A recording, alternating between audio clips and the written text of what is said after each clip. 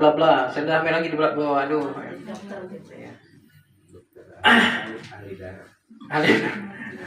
Ahli darah. Iya benar, ahli darah.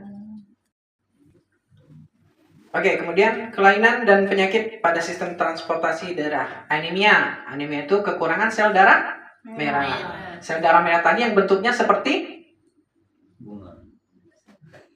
bulat, pipih, di dalamnya tidak berinti, ya, kepingan pipih gitu, ya. Dia fungsinya membawa oksigen. Oksigen itu diambil, diikat di hemoglobin. Apa itu hemoglobin? Protein pada sel darah merah yang mengandung oksigen.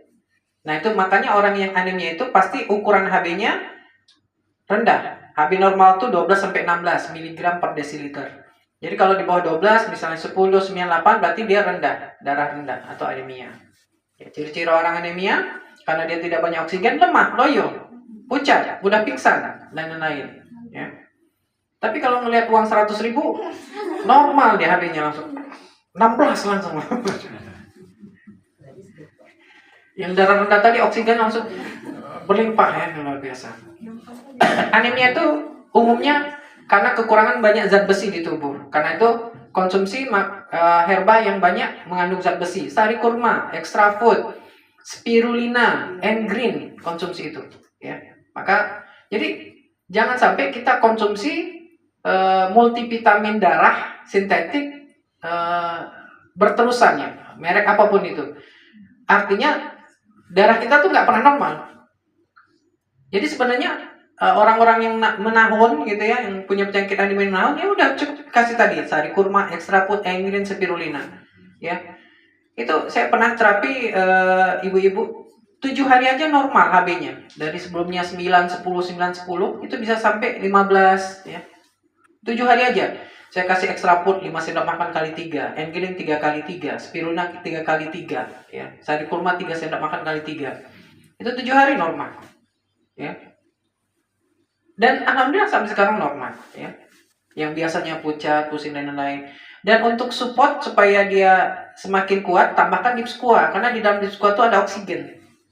Jadi omega 3 selain Dipsquat itu cuma omega 3 aja. Omega 3 itu memiliki 3 asam lemak esensial. Pertama EPA.